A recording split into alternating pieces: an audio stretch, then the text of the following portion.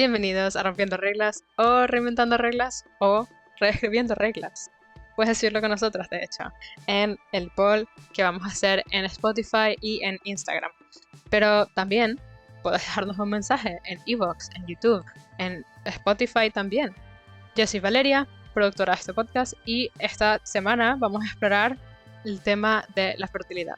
Bastante relacionado con el tema de las últimas 2 semanas, y de hecho, como las últimas 2 semanas, también va a ser un podcast separado. Van a ser 2 partes. La primera parte vamos a hablar un poco más de la fertilidad, mitos, la fertilidad en los hombres, cosas que afectan la fertilidad en las mujeres, tanto hormonales, fisiológicos, alimentación, todas esas cosas que en conjunto tienden a afectar la fertilidad. Y bueno, ya sin más, las dejo con Ariana y Tayana, que van a tomar las riendas de esta conversación. Y pues un viernes más nos reunimos aquí, hago de anfitriona de mis compañeras Valeria y Dayana. Muy buenas noches. Buenas noches. Este viernes. Nos quedó una cosita pendiente de la otra vez para no mezclar, porque la maternidad sí que se necesita ser fértil. Hoy vamos a hablar de fertilidad, pero no todo el mundo que es fértil va a ser madre. Va a ser madre. Y además creo que quedó un poquito esbozado. La maternidad es algo mucho más complejo y mucho más amplio que simplemente tener un hijo. Sí, yo creo que es importante eso, empezar con esa diferencia entre qué es fertilidad y qué es maternidad, ¿no? Ya hablamos de la maternidad y no lo has dicho mejor, o sea, maternidad, hay opciones. Para la fertilidad sí que hay opciones, pero quizás más limitadas y que también va mucho de la capacidad de procrear, ¿no? Al final, como vimos en el episodio anterior, para ser madre no necesariamente tienes que procrear, ¿no? Y bueno, la fertilidad es un tema que yo creo que se habla muy poco, que está muy escondido aún y sobre todo es un tema que tiene muy pocas opciones o muy pocas alternativas para nosotras las mujeres. Así que yo tenía ganas. Es cierto, cuando se habla de fertilidad, a mí, no sé a ti, como en principio, cuando se tenían hijos porque no había pastillas anticonceptivas, se tenían muy pronto, si la reserva ovárica en principio era muy óptima, ¿no? Pero lo hablamos en el podcast anterior, a medida que vas posponiendo la decisión de ser madre, la fertilidad disminuye. Pero disminuye en las mujeres, pero también en los hombres. Ese punto apuntadísimo. Yo me lo traía en mi lista, en mi checklist. Bueno, eso es bueno. Nos ayudas, además, mucho, Dayana, siendo así. Porque es verdad que cuando hablamos de fertilidad, inmediatamente, no sé a vosotras, no sé allí, pero se nos viene a la cabeza la palabra, o al menos a mí, problema para la mujer. Y no es así. O sea, no es así. Porque la fertilidad también afecta, ¿no? Es una capacidad también masculina. De hecho, estamos en un momento del entorno que probablemente por nuestros hábitos de vida, probablemente por la contaminación, nunca ha habido peor calidad espermática en toda la historia. Eso lo tenemos que resaltar en nuestras notas de podcast.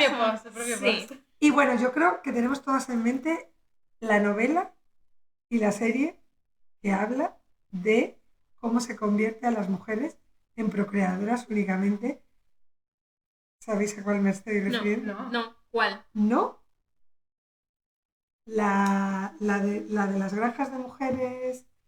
Es que no me sale las criadas, será las Exacto, criadas. El cuento de la criada. El cuento de la criada. Vale. En un mundo donde la fertilidad está al límite, podríamos perfectamente llegar a esa distopía, que la mujer se convierte de nuevo en una especie de vaca guardada y preservada solamente para criar, con algunos de los pocos que que son todavía fértiles, ¿no? Entonces esa distopía, que por un lado parece que está hablando de fertilidad, pero en realidad lo que está hablando es otra vez del dominio.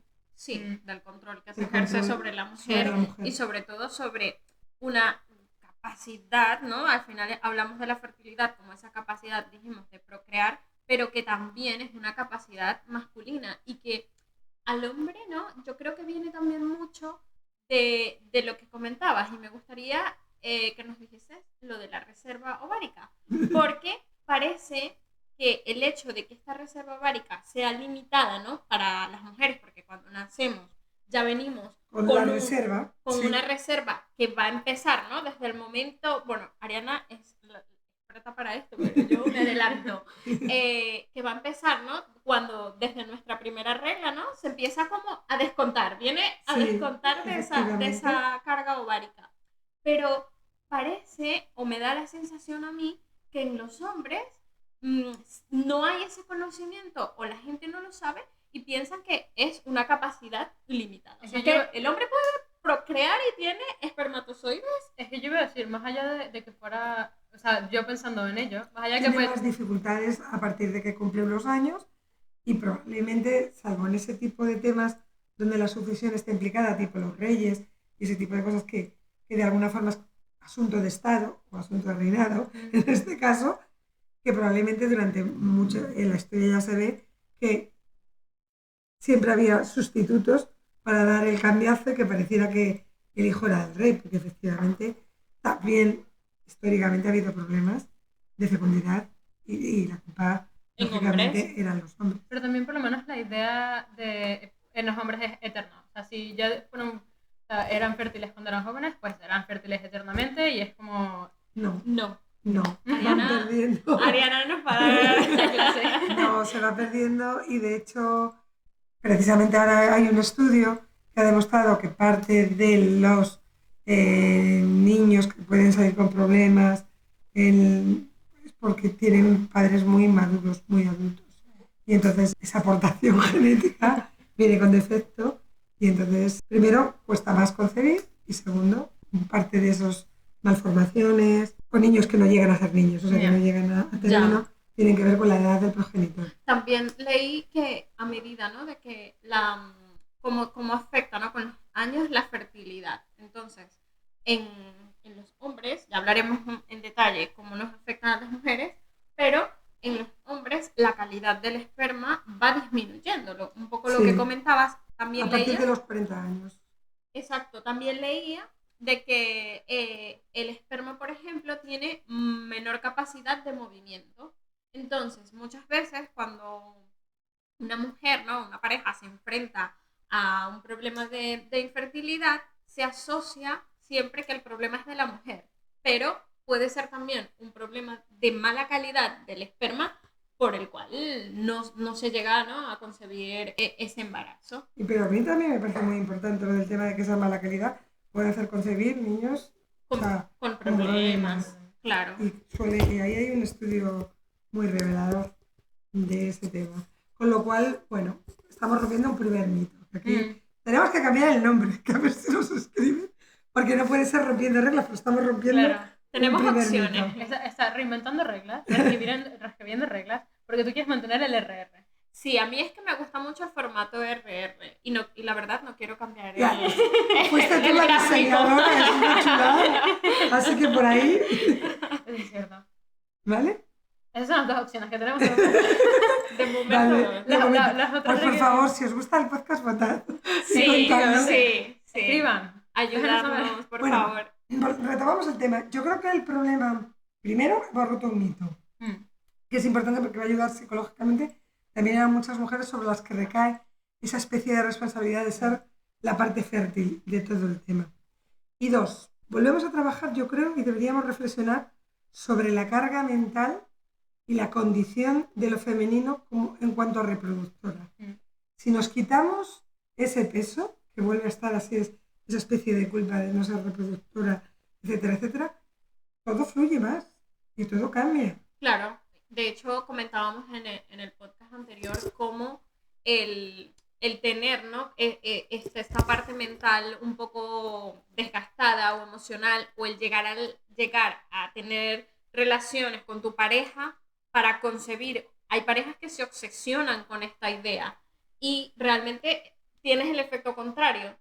El estrés también disminuye esa calidad del óvulo. Del óvulo y del esperma. Es decir, cuando un hombre dice, venga, tenemos que tener relaciones porque estoy ovulando, eso es a veces antinatural, es anti todo. Que yo conozco gente que se va corriendo, estoy ahora mismo, están obsesionados y no dejan que sea natural. Cuando la maternidad, y lo dijimos la vez anterior, y la paternidad van más allá de la fertilidad. Sí. O sea, se puede ser Sí. Y has progenitor. dado en un punto importante, el punto en donde realmente yo creo que hay muchas mujeres que no saben cuándo es su periodo fértil.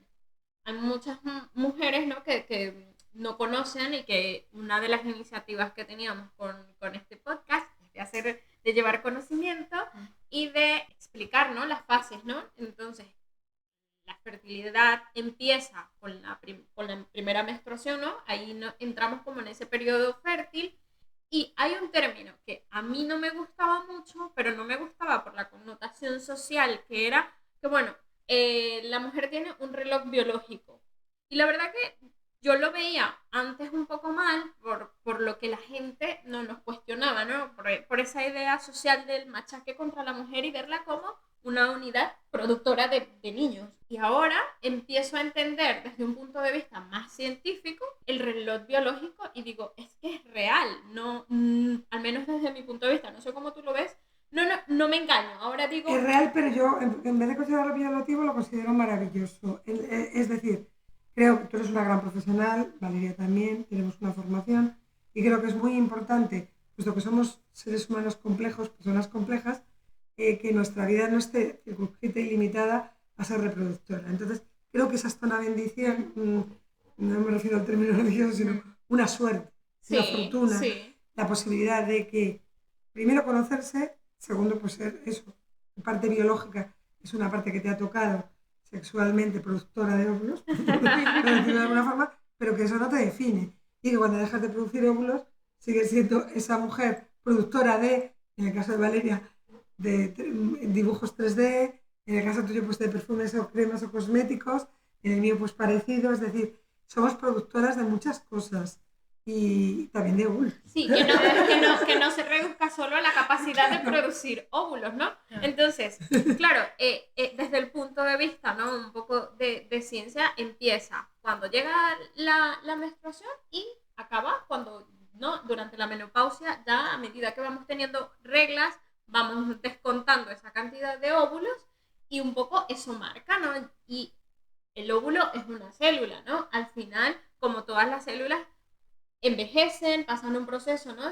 Un proceso, un ciclo de vida, digamos, un ciclo de producción, pero producción natural, y, y que también, así como pasa con las células de la piel, que a medida que van pasando los años, tiene también daños, ¿no? Los agresores externos, el estilo de vida, todo lo que es la epigenética nos influye muchísimo en cómo va a ser esa fertilidad. Y a mí es un tema que me gusta mucho porque a las mujeres nos persigue mucho el tema de la edad. Entonces, yo he leído algunos estudios, pero yo quiero saber qué piensa Ariana de esto. A ver. ¿Cómo la fertilidad se afecta a medida que vamos cumpliendo? Pues mira, has dicho varias cosas que son importantes. Es verdad que vamos reduciendo la producción de hormonas, pero además yo creo que es la sabiduría del cuerpo humano. Creo que lo que busca en plan egoísta la especie es producir individuos sanos y fuertes, etcétera, etcétera. Y lo que busca es que de alguna forma no solo producimos el óvulo y recibimos el espermatozoide, sino que somos también la casita de la gestación. Somos gestantes. Entonces, efectivamente, con la oxidación, proceso corporal de oxidación de todas las células, tampoco sería una casita maravillosa con el paso del tiempo para gestar, ni la comodidad.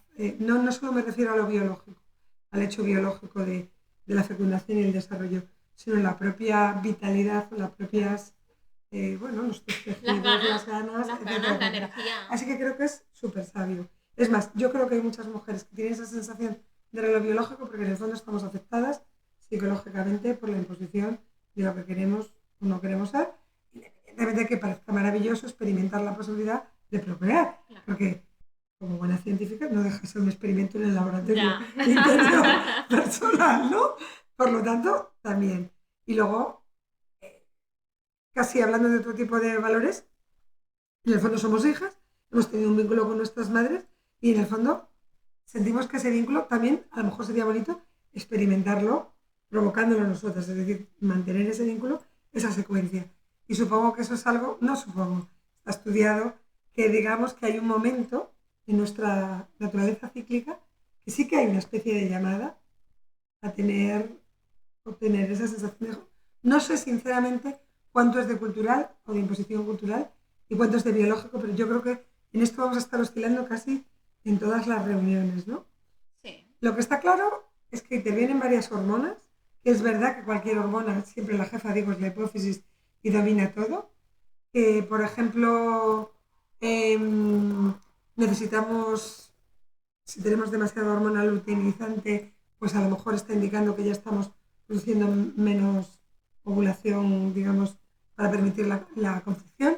Y la FSH, que la vemos, que necesitamos la antimuleliana, que la necesitamos para concebir, que la progesterona necesitamos para gestar, que hay una serie de elementos que favorecen que todo eso funcione casi como un milagro maravilloso y que desde luego no hay nada peor para la fertilidad que obsesionarse con ser fértil.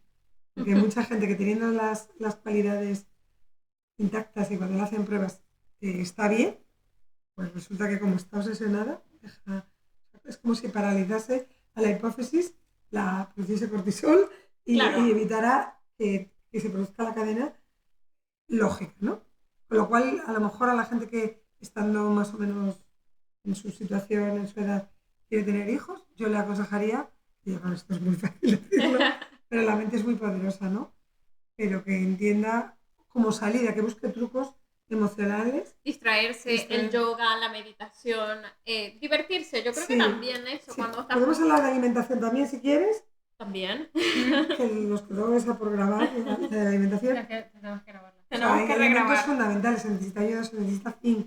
El zinc es por el mineral casi per se de la fertilidad, ¿no? Entonces, Claro, porque a medida que vamos cumpliendo años, ¿no? Que vamos ganando sabiduría, también nuestro cuerpo va perdiendo un poco esos componentes endógenos, ¿no? Y los órganos, evidentemente, a medida que van trabajando, necesitan, ¿no? Recargar un poco esa energía. Entonces, ¿cómo recargamos todo eso? Tenemos que añadir, ¿no? Un poco la parte de fuera que ayuda y que permite que el cuerpo siga trabajando con esa vitalidad. el inositol funciona fenomenal, es un fertilizante estupendo. El inositol. De hecho, gente que pierde reglas o que tiene reglas como muy irregulares, Para la endometriosis sí, también funciona fenomenal funciona muy bien. y recupera mucho la fertilidad. Hay comidas que se consideran específicamente sí, buenas para la fertilidad. Sí. Por ejemplo, de toda la vida se ha dicho las ostras y los moluscos porque tienen mucho zinc. Y es verdad que es muy, muy bueno tomar, por ejemplo, marisco huevo, porque en el fondo no deja de ser la célula madre, que también tiene mucho contenido en zinc, en magnesio, aporta proteínas y eso... Esos alimentos entonces considerados eróticos de cierta forma, Claro. Tienen en su realidad base, tienen su componente de todo lo que nos puede añadir energéticamente al cuerpo, ¿no? Sí, sí. Eso es muy interesante. Luego, a nivel de la fertilidad masculina, una de las cosas que está haciendo perder más es llevar slip muy apretado, bueno, siempre se ha dicho el slip apretado, y exceso de calor en la zona de los testículos. Disminuye muchísimo la calidad del esperma. Y luego yo creo que efectivamente están sometidos a disruptores endocrinos. Ya sabéis cómo está la legislación, pero ya lo saben mejor que cualquiera de nosotros dos. El bisoñol está prohibido, el A, pero no el B. Los talatos no están prohibidos. Estamos O sea, que por estamos... todos lados entre disruptores que también metales pesados. Ojo porque hago un inciso que no es el tema y que lo abordaremos en otro episodio, pero tampones, compresas, todo esto, no hay ninguna legislación que regule la cantidad de tóxicos presentes. O sea, tenemos más regulaciones en cosmética que no, digamos, no estamos expuestos. Metiendo dentro, sí, y que casi en la alimentaria y en dispositivos exacto, higiénicos que están en contacto con Bueno, las hace mucosas. poco nos había hablado de que las compresas las habían testeado, era con el líquido este azul que veíamos en los comerciales y no con sangre real. ya. Sí, totalmente, y por eso a Con veces lo cual, funcionan claro, fatal. claro. Bueno, es que yo os prometo una clase de cómo colocarse en la copa menstrual. Es que yo creo que deberíais utilizar la copa menstrual. Yo cuando descubrí, de hecho la tenía, yo hacía clases en la farmacia, bueno, no las hacía yo, primero vinieron sexólogas, el otro día te Sí, enseñé sí, un sí. vídeo. Puedo montar el vídeo. Puedes montar el vídeo, lo Sí, podemos colocar, sí, de cómo todo. colocar la copa menstrual y evitar esa sensación. Porque creo que lo dije en otro podcast, yo no sé si fue el del placer. Claro, nosotras tenemos la vagina se adapta a cualquier cuerpo extraño. Por lo tanto, sobre todo las niñas cuando están empezando, tienen una oposición cuando acercan el tampón porque se cierra, ¿no? Se cierra. Entonces lo que hay que estar es relajada porque realmente tenemos mucha capacidad de elasticidad Sí. hacia, digamos, a lo ancho. No tenemos tanto a lo largo, por eso aquí los chicos que nos estén escuchando que no se preocupen, que todo no es tan necesario que sea... Que tenga ciertas dimensiones. Entonces, la copa menstrual, si tú estás relajada, claro que te cabe perfectamente. Tienes además que aprender a conocerte. Entonces yo voy a enseñar unos trucos, pero claro, hoy no es el tema. Hoy no. Hoy no era el tema. Pero justamente sí, como todo lo que podemos Que consumir. el otro corta la fertilidad, que era el Claro. tema. Entonces la copa menstrual no afecta la fertilidad. Claro, todo lo que Bueno. consumimos o lo que nuestro cuerpo consume de cierta manera afecta, ¿no? Y puede ser un componente, digamos, perjudicial a la hora de disminuir la calidad o la reserva ovárica que tenemos, ¿no? Entonces, hablamos de todo eso externo. Incluso también veía como en algunos estudios decían que el estilo de vida que llevamos, el estrés, también ahora mismo en España, por ejemplo, una de cada 6 parejas se ve sometida a un tratamiento de fertilidad Que precisamente es durísimo. y que es muy carísimo. fuerte Y y es muy carísimo. caro, que ya Yo he abriremos ese melón. vendido con alguien el Cetrotide, el más barato era 200 euros y lo normal es que cuando estabas en el momento que te tenías que pinchar el gonal, por ejemplo, 900 euros. Y ese día tenías que ir corriendo a la farmacia a pinchártelo, más lo del tratamiento médico. Es que es carísimo. Es que es Sí, carísimo. sí, imagínate, una de cada 6 parejas que necesita este tratamiento y Está gastando claro, un dineral. decía este estudio, pero ¿qué nos está llevando a esto realmente? Lo que nos está llevando no simplemente es una decisión de postergar, ¿no?, esta etapa, sino también el estrés, ¿no? Muchas parejas, incluso que quieren tener hijos, luego se ven que no pueden porque realmente el estrés afecta hormonalmente y ya no es en vano de decir que después del cáncer el estrés nos está matando.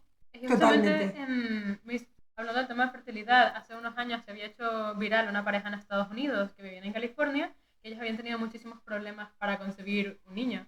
Y les habían dicho que era, creo que en sí, un caso, o sea, no iba a dar. Y o sea, se hicieron muy virales porque el esposo se puso a investigar acerca de comidas y tal, y tenían un calendario muy específico de qué comidas iban a ayudar para cada época, que podían utilizar y súper estricto de la cantidad de comidas que tenían. Y al final terminaron pudiendo concebir un niño. Después de Pero sabías años. la razón. No me acuerdo ¿Era de la él, razón. era ella? Era ella. Sí, sí, sí. Porque fueron de médico y habían hablado mucho de su experiencia. Pero precisamente él comenzó a hacer la comida porque su esposa había tenido muchísimos problemas con esa parte, entonces intentaron complementarlo con la parte alimenticia. Hombre, yo te puedo contar una historia. Yo tenía una clienta que ya sí escucha el podcast, sabrá quién es, y no voy a decir el nombre, que ella vino y además vino por el tema de la piel. Y yo le miré la piel, le hice un diagnóstico. Y yo, bueno, yo creo que este acné que tienes tú ahora, yo tenía una hija, yo creo que es que tienes los andrógenos un poco disparados. Es decir, producía poco estrógeno y estaba con más testosterona, producía poco estrógeno. Y entonces necesitas el estradiol para concebir. Y le dije, bueno, pues yo creo que tú, dice, no, es que ya tengo la pequeñaja mayor y no querría que se distanciasen tanto. Me está costando mucho concebir, digo yo, pues yo que tú, con María y mío y nuestro, que te va a venir muy bien, porque vas a bajar los andrógenos, te va a subir el estrógeno, y es que me llamó al mes. Me dijo, es envidiosa de la ciencia, estoy embarazada. Realmente no tenía problema, pero efectivamente, probablemente el estrés, la crianza, temas de trabajo, etcétera, etcétera, subían los andrógenos, esa tensión, bajaba el estradiol, los estrógenos, y claro, no concebía, y ya Porque no parece... era la reserva ovárica, era un tema de su estrés. Entonces, es verdad que tiene que tener el estradiol suficiente, pero lo estaba controlando su propia Claro. tensión. Y hay un tema también esto que nos afecta también, la edad. ¿Cuál crees tú que es la edad ideal o la edad fértil ideal para la mujer? ¿Es Mira, cierto aquí ha o habido sigue mucho siendo un mito? machismo y los ginecólogos, si se lo preguntas hace 10 años, todo el mundo te diría que con 22. Venga a decirle, sí, ten tu hijo con 22 y deja tu carrera y ponte a criarlo, como si fuese cosa...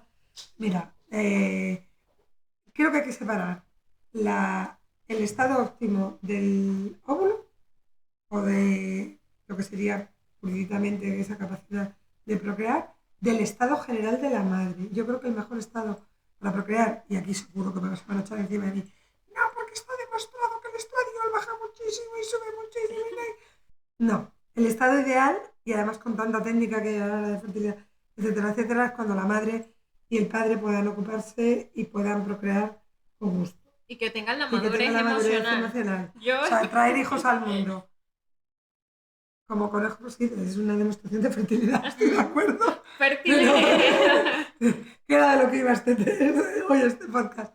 Pero es que creo que es mejor recurrir al del anterior y ver que eso no es ser ni madre ni padre. Creo. Sí, Creo. sí, Volveríamos a ser una granja de producción óptima de productos para la sociedad claro. en la que mentalmente ni tienes el tiempo, ni tienes la madurez, ni tienes las... Otra cosa es que de repente ocurre que yo no estoy demonizando que con 18, con 17, con 16, Que no con se 15, pueda. que no se pueda tener. Van a necesitar probablemente ayuda tal y como está montada la sociedad. Y va a ganar cosas porque tener un hijo es hermoso, si lo es, y puedes mantenerlo, pero va a perder muchas. Claro, y Va a perder emocionalmente también. Es que casi estás necesitando que te críen y tú te pones a criar. Sí, sí, Y te totalmente. pones a criar. Entonces, hombre, si se lo preguntas a un ginecólogo, te va a decir 18 ya está, 19, 20. Se está demostrando. Y de hecho, mira, somos unos cínicos. Porque antes, como se tenían todos los hijos que se traían al mundo que te daba Dios, según decía la ley, porque no había sistemas anticonceptivos, había mujeres, casi todas las madres de hace 3 generaciones, tenían hijos 6, 7, 8, 9, 10, 11, 12, hasta los 50 y Mi tantos. abuela tuvo 13. Claro. ¿Hasta qué edad? Ahora mismo no sé hasta qué Pero edad, pero plantéatelo. 13 hijos. Y yo ahora para mí es algo que digo impensable. Hasta los 50 y tantos se tenían hijos Sí. y no había problemas. Y no había problemas. O sea, creo que también es un constructo patriarcal de los años, yo creo que 80, 70, en el que la ginecología se puso de acuerdo. Es verdad que si tú miras las hormonas, hay momentos óptimos, etcétera, etcétera. Pero entonces, ¿qué pasa? Que esos 14 o 15 hijos que se tenían entonces en las aldeas y los demás sitios que los tenía la misma mujer que los había tenido con 19, con 20, con 21, con 22, así que tenía un montón de hijos. ¿Qué pasa? Que eran de menor calidad, de que no salían listos ni... Es decir, si os dais cuenta, creo que hay, como siempre, para controlarlos, en el entorno de lo que se considera lo femenino, o lo asociado a lo femenino, mucho mito y muchos sentidos siempre de implicarnos en la culpa. Sí, de hecho esa parte, ¿no?, de la fertilidad siempre había sido y sigue siendo en muchas culturas, como hemos hablado también en otras ocasiones, sigue siendo un punto importante para la selección de una pareja. De hecho, en muchas culturas, ¿no?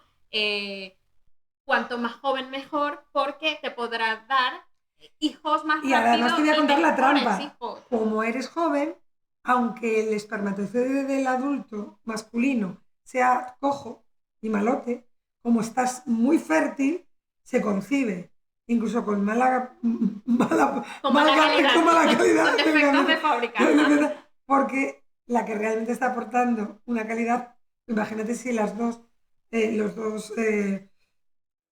óvulo y el espermatozoide fuesen coetáneos de la misma calidad, Claro. saldría mejor. O sea que también es un mito patriarcal.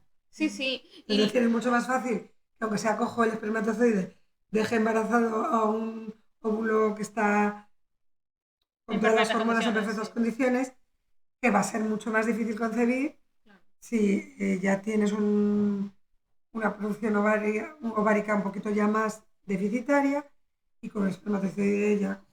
Claro. Ahora, si yo quiero postergar la fertilidad, La Valeria viene Bueno, con se nos va nosotros. Valeria, viene Esa parte enseguida. la... Vamos a hablar de congelar óvulos. Claro, a mí me interesa mucho porque aún estoy en el periodo Yo de lo sí haría, o sí no. yo lo haría. Y buscaría un sitio que tampoco sea, o sea, me informaría bien y así no tienes esa presión. Es muy probable, por lo que ya que te conozco, Leyena, que tú vas a tener hijos si realmente, no forzada por, sino porque realmente lo sientes y lo quieres y no te vas a sentir mal ni por lo uno ni por lo otro. Claro, Pero claro. es verdad que es una baza de poder y en el fondo eso es psicológico, el hecho de decir, bueno, voy a congelar óvulos y ya decido, como luego te cuesta mantenerlos, al cabo del ciclo de 5, 6 años, 7 años, 10 años, realmente me apetece seguir manteniéndolos o quiero Se pasar pueden página. donar, ¿no? Claro, Efectivamente, se pueden donar. Si luego tú los tienes, como dices tú, durante unos años y dices, bueno, ya estoy durante... También yo creo que esto de preservar los óvulos durante mucho tiempo, yo no lo vería, porque mi cuerpo... Es que gestar también, claro, creo que estaba es hablando. todo lo que Para gestar implica necesitas gestar. progesterona y también va igual que la reserva ovárica se cansa, la producción de progesterona también se va a fatigar. Mi hermana donó óvulos, por ejemplo. Además, mi hermana donó óvulos, no tiene hijos, pero seguro que tiene hijos. Porque, claro, Hijos del mundo. Y mi hermana donó óvulos, yo la acompañé en el proceso, se tenía que inyectar para producir la estimulación ovárica, fue muy duro y yo creo que además pasaba por estados de ánimo duros, Sí, duros, sí. y lo hizo por verdadero cariño porque mi hermana es un ángel, la verdad si me escuchas, hermana, es una mujer, se le había pedido a la ginecóloga por favor que no tenía donantes y se sometió pues a todo el proceso y luego a la extracción, que tienes que... Tendríamos que haberle invitado para Ya. Teníamos que haberle invitado para El proceso es igual de difícil para todo el mundo.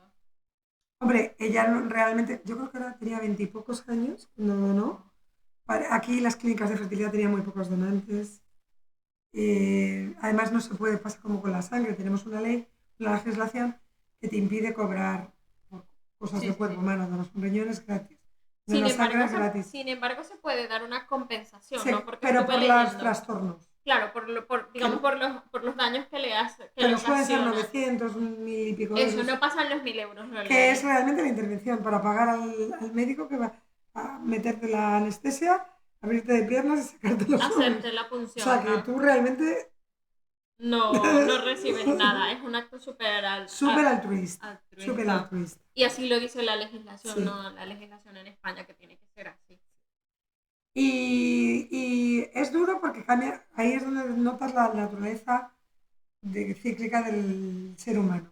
Porque es que cambias muchísimo de humor, te pones muy triste, te pones muy Porque eufórica. primero hacen como una terapia hormonal, ¿no? Primero provocan como ese desbalance de hormonas para luego hacer extraer los óvulos. Yo cuando leí eso me parecía peor eso ¿Por qué? que el acto natural. Muchísima ovulación. En realidad lo que están haciendo es forzar la producción ovárica que tú tienes asignada, una cada en un ovario, otra en otro ovario, y producir un montón. Y entonces, acelerar, ¿no? Un poco, acelerar el y ovario. bajarlos y eso fuerza mucho. Y fíjate, no sé si seguro tú lo sabías, no sé Valeria, pero que en este proceso la mujer, me enteré buscando también que la mujer no tiene derecho, casi que en ninguna parte del mundo, ahora mismo se está trabajando en Bélgica, para durante ese periodo de la punción la mujer pueda tener derecho a una baja laboral. Pero a día de hoy no tenemos y derecho. se pasa muy mal. Este fue el episodio de esta semana de Rompiendo Reglas, espero que les haya gustado. Déjanos un like en YouTube, en Evox, en Spotify, dejan un comentario y ayúdanos a definir nuestro nuevo nombre, Reinventando Reglas o Reescribiendo Reglas. Bueno, si tienes alguna otra reinventar, es bienvenida. La semana que viene vamos a expandirnos un poco más acerca de esta temática, hablando ya de cosas económicas y sociales que afectan también esas ganas de querer tener hijos o que poder recurrir a esos tratamientos de fertilidad. Los países con menor natalidad, incentivos económicos que se dan en estos países. Sin nada que agregar, muy buen lunes o el día en que estés escuchando esto y hasta el lunes la semana que viene.